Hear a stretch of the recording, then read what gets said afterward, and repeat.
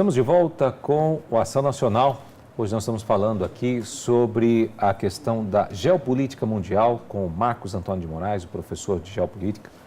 Bom, professor, a gente falou no último bloco e o senhor citou a questão da Venezuela, que eu também quero aprofundar nesse bloco agora, aqui na Ação Nacional, mas tem uma questão muito importante. Nós estamos falando da Rússia, da Coreia do Norte, nós estamos falando da China e dos Estados Unidos. Armas nucleares. Mesmo assim, ainda diante dessa situação, o que se expõe hoje é a Coreia do Norte. A gente vê que eles fazem testes balísticos lá e tudo mais. Mas a Rússia ainda tem arma nuclear, né? A China também tem arma nuclear, porque os Estados Unidos têm e não parou de investir nisso, né? Ela exige que os outros países, né, não tenham, mas ela continua tendo. Né? Como é que fica isso aí no mundo, né? Numa guerra mundial, pelo amor de Deus, né? Na verdade, existe um tratado de não proliferação em armas nucleares. E existe na ONU uma agência para investigar países suspeitos de enriquecer urânio acima de 90%, que é exatamente onde você chega na bomba. Países que assinaram esse tratado não podem, em hipótese alguma, fazer isso. O Irã é um caso. O Irã é um caso que assinou o tratado. A Coreia do Norte assinou, mas saiu do tratado. Saiu do tratado. Então, ameaça em construir armas nucleares cada vez mais poderosas. No que diz respeito à Rússia, quando a União Soviética acabou, 50% da herança nuclear da União Soviética ficou com a Rússia. Os outros 50% ficou com a Ucrânia. Só que tem uma coisa, a União Soviética terminou em 1991, nós estamos em 2019, os Estados Unidos não pararam de investir em armas nucleares cada vez mais poderosas. Enquanto que a Rússia está mais preocupada com outros setores da economia do seu país do que armas nucleares ou qualquer outro tipo de arma. O investimento é menor. Não era tão acelerado como foi na época da Guerra Fria. Estados Unidos continua talvez mais acelerado ainda. E os americanos mostraram isso em 91, na Guerra do Golfo contra o Iraque, que havia invadido o Kuwait, quando eles mostraram uma guerra televisada ao vivo pela CNN. E mostrando algumas armas modernas, como é o caso da bomba teleguiada por satélite, como é o caso da utilização de drones. Foi mostrado nesta guerra e demonstrado exatamente as táticas ou novas táticas norte-americanas de ataque. Significa que os americanos não pararam. A China tem bomba atômica desde a época de Mao Tse-tung. Esse foi um dos motivos da desavença entre China e União Soviética. A União Soviética não queria que a China construísse a bomba atômica. A China o fez. E, em consequência disso, a aliança sino-soviética foi rompida pela bomba atômica construída pela China. Agora, o que nós entendemos disso tudo que está acontecendo? O mundo está armado, como você diz? O mundo está armado, sim. Sem dúvida nenhuma, o mundo está muito bem armado. E todo país pequeno tem medo, evidentemente, em função de sua ideologia religiosa, da religião fanática ou da sua ideologia política, de que os Estados Unidos comecem a minar algumas ditaduras. Perder o poder, por exemplo, o rei da Arábia Saudita, o príncipe da Arábia Saudita, perder o poder não é uma boa. O que os Estados Unidos pretende? Plantar a democracia no mundo inteiro? Quantos ditadores aprovam isso no mundo árabe? Quantos ditadores do mundo aprovam isso, como é o caso do Nicolás Maduro? Evidente que não. Então, não dá para os Estados Unidos dar as cartas sozinho. O que tem que existir é exatamente uma tentativa de comunicação maior entre esses líderes exponenciais, para que haja entendimento, para que haja possivelmente uma aceitação do outro governo, aceitação da oposição, aceitação do outro para que a nação não venha a sofrer. Qual é a principal motivação de um presidente, ou obrigação, eu diria, é cuidar da nação. E essas nações não estão sendo cuidadas. Como é que o senhor vê a situação no nosso país vizinho aqui, a Venezuela, diante desse cenário geopolítico? Porque recentemente, quando teve um conflito maior, né, entre os Estados Unidos e o Maduro, a Rússia novamente se posicionou a favor da Venezuela também, e a China também se posicionou a favor da Venezuela. É importante isso, Júnior. Desde 2006, a Rússia vende para a Venezuela armas. É cliente de carteirinha a Venezuela da Rússia na compra de armas. E a Venezuela paga isso com petróleo. A China também compra o petróleo venezuelano e dá empréstimos para a Venezuela, principalmente agora. O que eclodiu?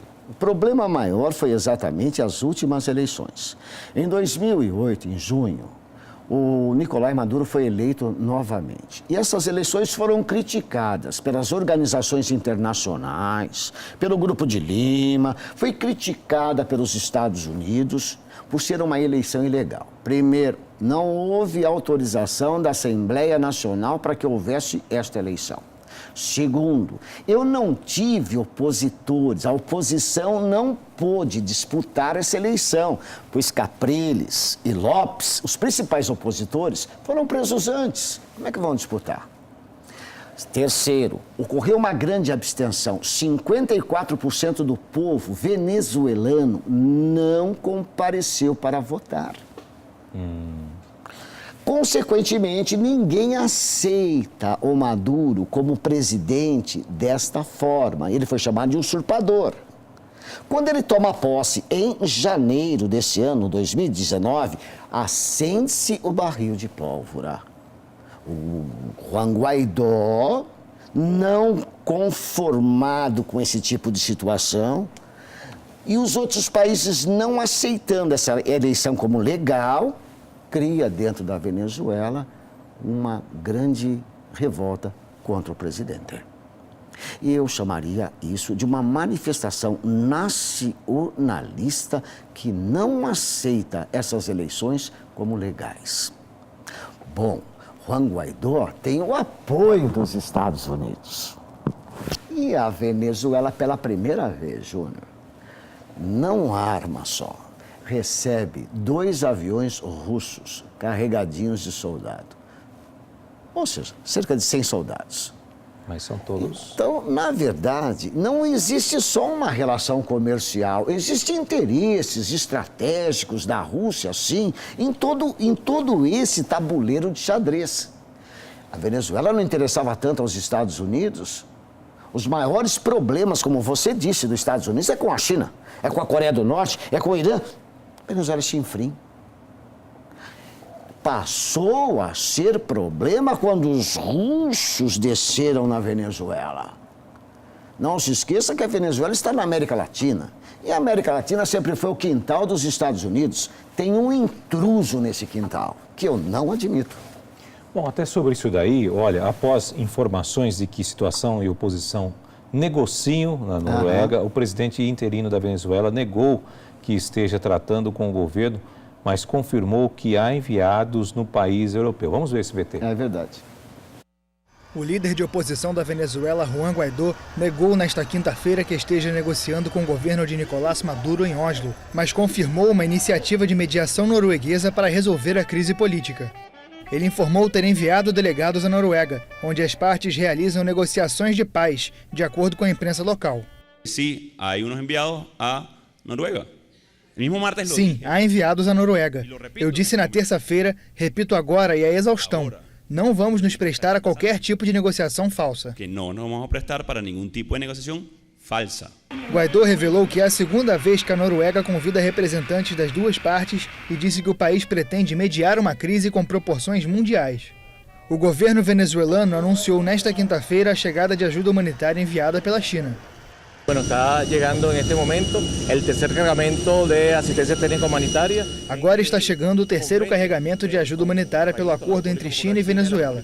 São 74 toneladas, a maioria de material cirúrgico, seringas, gases e compressas. Sua grande maioria é material médico quirúrgico. Aqui vem gelco, vem gasa, vem compressa. A oposição tenta tirar o presidente Nicolás Maduro do poder na chamada Operação Liberdade. Mais de 50 países reconhecem Guaidó como presidente interino da Venezuela. Bom, tá aí. Situação complicadíssima na Venezuela. Mais de 50 países reconhecem o Guaidó. Há um conflito interno muito grande. A China mandou suprimentos, mantimentos agora. Maduro não negou a entrada, entra tranquilo. É verdade. Quando os Estados Unidos enviou, barrou, não deixou passar. Verdade. Inclusive o Brasil se envolveu no meio disso, porque a fronteira com o Brasil foi fechada. Enfim, realmente um balaio de gato, que a gente pode dizer bem assim, né, professor? Sem dúvida. Você, no início desse VT, ele fala exatamente da negociação que está ocorrendo na Noruega, na capital, em Oslo, entre governo e oposição da Venezuela. Ótimo. Tem uma coisa muito importante. Nessa negociação, o que é importante para a oposição e para os 50 países do mundo que apoiam o Juan Guaidó é que o Nicolás Maduro convoque novas eleições. Que ele saia da presidência e convoque novas eleições, porque este pleito foi considerado ilegal por 50 países e pela maioria das organizações internacionais. O apoio de Nicolás Maduro não é tão grande quanto o de Guaidó. Mas o apoio a Nicolás Maduro, através dos russos, é presente. Não é só aparente, não é só de fora, é presente. Os soldados russos estão dentro da Venezuela. E isso é um pilar de força para manter Maduro no poder. O segundo pilar é através da cúpula militar venezuelana que se mantém fiel a Maduro. E o terceiro pilar que mantém o Maduro no poder é a China. Então, verifica, a China já emprestou, isso que é interessante, 62 bilhões de dólares para a Venezuela, como ela recebe em petróleo. A Rússia emprestou 25 bilhões de dólares para a Venezuela, como ela recebe em petróleo. As sanções norte-americanas e de outros aliados dos Estados Unidos é não comprar petróleo venezuelano. A Venezuela não consegue vender petróleo para ninguém, não entra dinheiro.